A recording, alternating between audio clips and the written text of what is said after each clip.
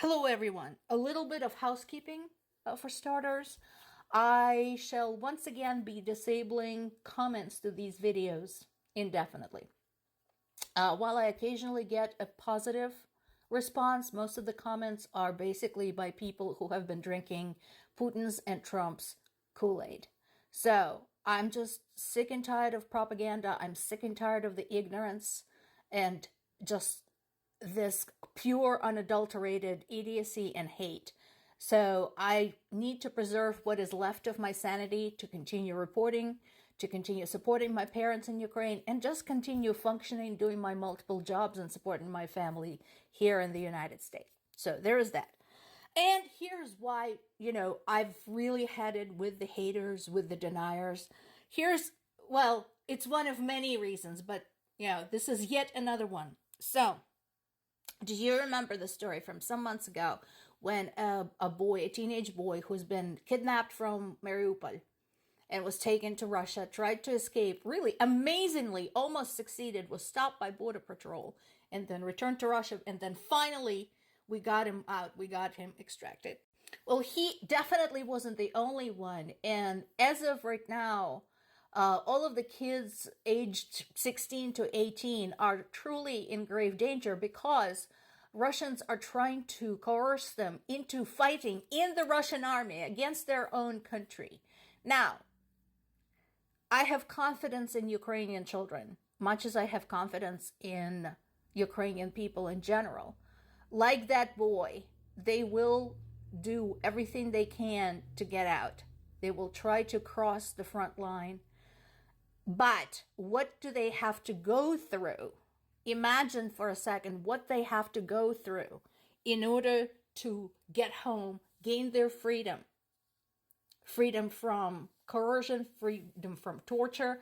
And, to those of you who say, ooh, Russia feels intimidated because everybody's pointing, weapons at it. Oh, yeah?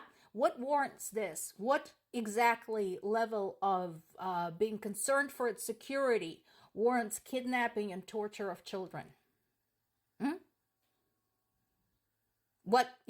You're the same people who post AI generated fake pictures of Palestinian children being killed, thus only harming the cause of real Palestinians being harmed. Well, here's a real story. This has been confirmed by multiple sources, and you have absolutely no problem with this because you support Russia. Here's another thing. So this is Crimean scenario, only more so. Basically, Russian military and officials in the occupied territories are forcing people to take Russian passports, basically forcing them into Russian citizenship and forcing them to vote in the election.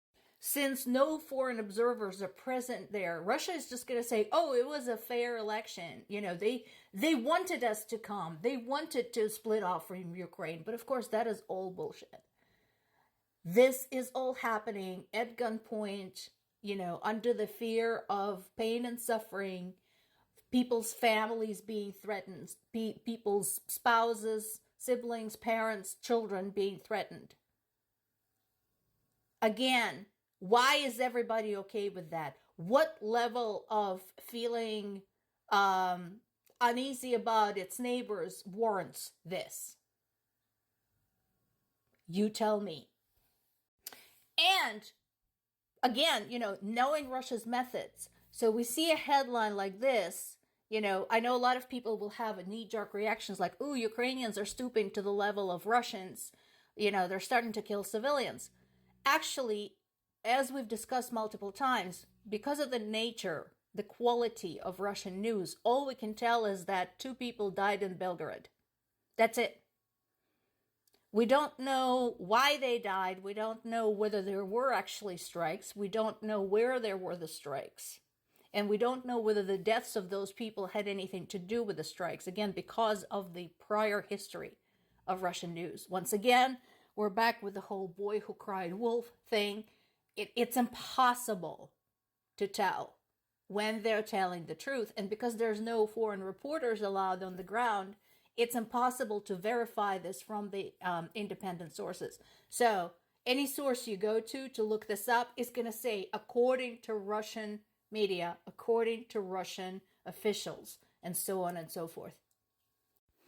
As predicted, the death toll in Odessa has gone up to 21. So remember, with the earliest reports, we started at 14. We added up 7 more bodies to this. And I'm sure, again, there's probably going to be more, and there's going to be, more people who were wounded by this because it was a brutal hit.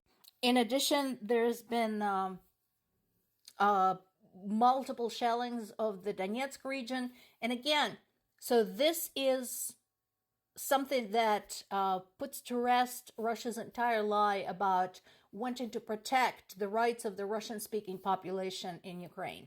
First of all, as somebody who grew up in Ukraine in a Russian-speaking family, in a Russian-speaking multinational family, so that we were not Russian, we were Russian-speaking.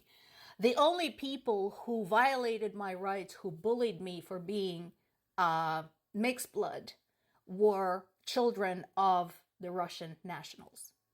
The only people who discriminated against my grandparents and my mother because she was half Jewish were Russian nationals.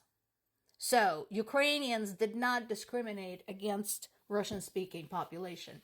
Second, the areas that so far had borne the brunt of Russia's assaults are the areas in the east of Ukraine. So Kharkiv, Donetsk, Luhansk, Zaporizhia, Odessa, this is all southeast. That is all Russian-speaking, predominantly Russian-speaking areas.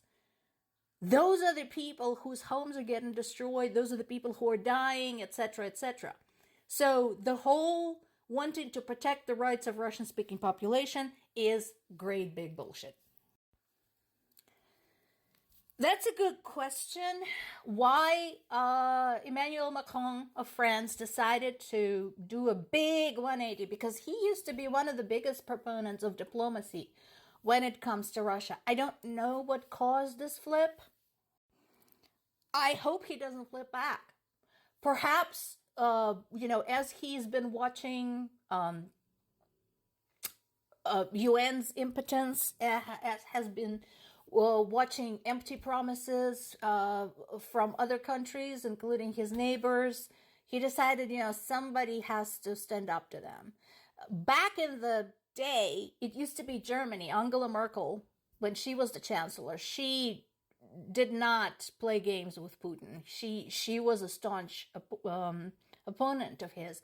But now there doesn't appear to be anybody except the Baltic states, and Poland and Finland. So I hope he collaborates with them.